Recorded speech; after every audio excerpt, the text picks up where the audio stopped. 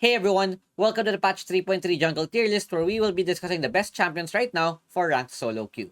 Giveaway winners of the week.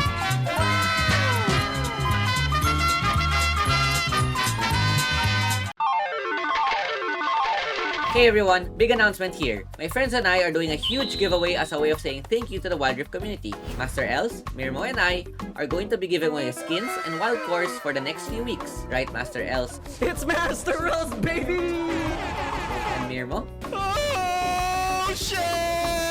All you have to do is like the video and leave a comment below, and we'll pick out winners every week. Make sure to hit subscribe to my channel for more updates. And don't forget to check out Master Els and Mirmo as well. Links can be found in the description below. With the arrival of the Elemental Rift, there was also adjustments to some champions, making them stronger or weaker in the current meta. This list is very familiar to the jungle tier list that I have made in the patch 3.2c, and feel free to check it out if you would want an explanation for each of the champions.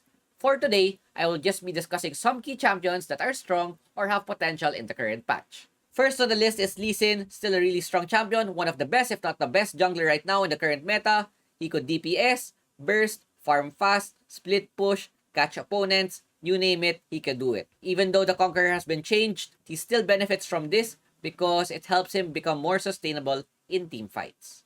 Next is Kha'Zix, another really great champion right now because of his ability to burst his opponents and take objectives quickly. With the current dragon changes making them more important, Kha'Zix is a great pick for securing those objectives.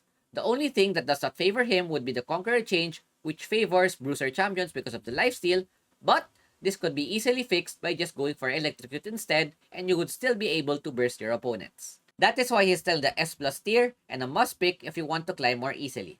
Now we go to the S tier, and first on the list is Rengar. Personally, I think that Rengar should be S+ tier because of his flexibility. He could build pure damage, bruiser, or even tanky, but going for the crit build has the most potential right now in solo queue. His ability to bypass wards and catch up opponents with the use of his ultimate is really important, and when he completes 2 items, he could easily carry games. Once a player knows how to use Rengar, he could be easily an S+ tier champion. The next champion that I would like to talk about is Wukong. Wukong has been rising up as one of the new meta champions, and the recent patch made him even stronger by making his second skill bypass walls as well as his ultimate cooldown getting reduced. In combination with the Divine Sunderer, Wukong has now a lot of sustain and burst, which does not make him ultimate reliant anymore. He is also very annoying to deal with, making him a solid S tier champion.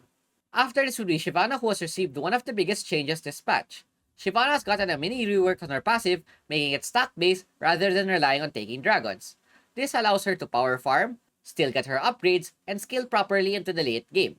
The best thing about Shibana is that she is one of the few champions that would be able to solo Baron. The only reason why I still put her on A tier is that she is ultimate reliant and easily kiteable in team fights. Then the next would be Olaf. Olaf is another strong champion right now because of the use of his ultimate, which would negate almost all forms of crowd control. This would allow him to easily reach the enemy carries and snowball the game. With the recent Conqueror change, this also benefits Olaf because the lifesteal gain from Conqueror stacks with his second skill and makes his sustain a lot more scarier. He also benefits from the Stoneblade change, wherein he is able to use the item when low HP to make full use of his passive.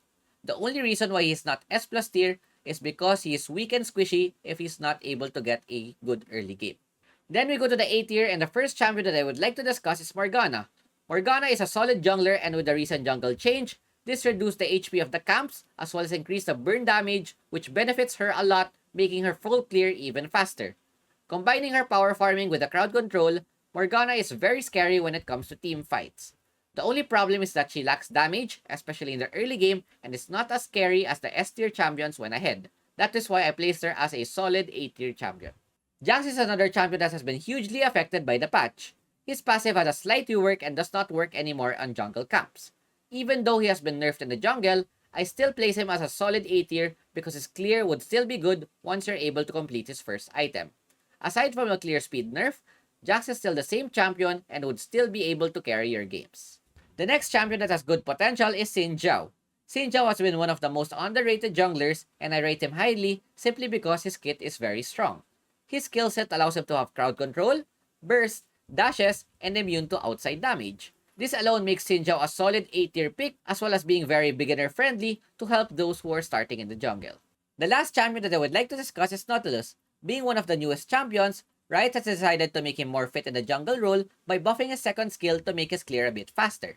This would make Nautilus more viable in the jungle since he has a lot of CC and is a good tank.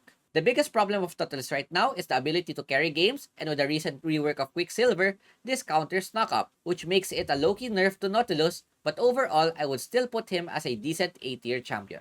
And those are the champions to use and look out for in patch 3.3. If you have any suggestions or feedback, feel free to comment down below. If you enjoyed the video, don't forget to subscribe for more content. That is it for me, and thanks for watching. Peace out. Ciao, ciao.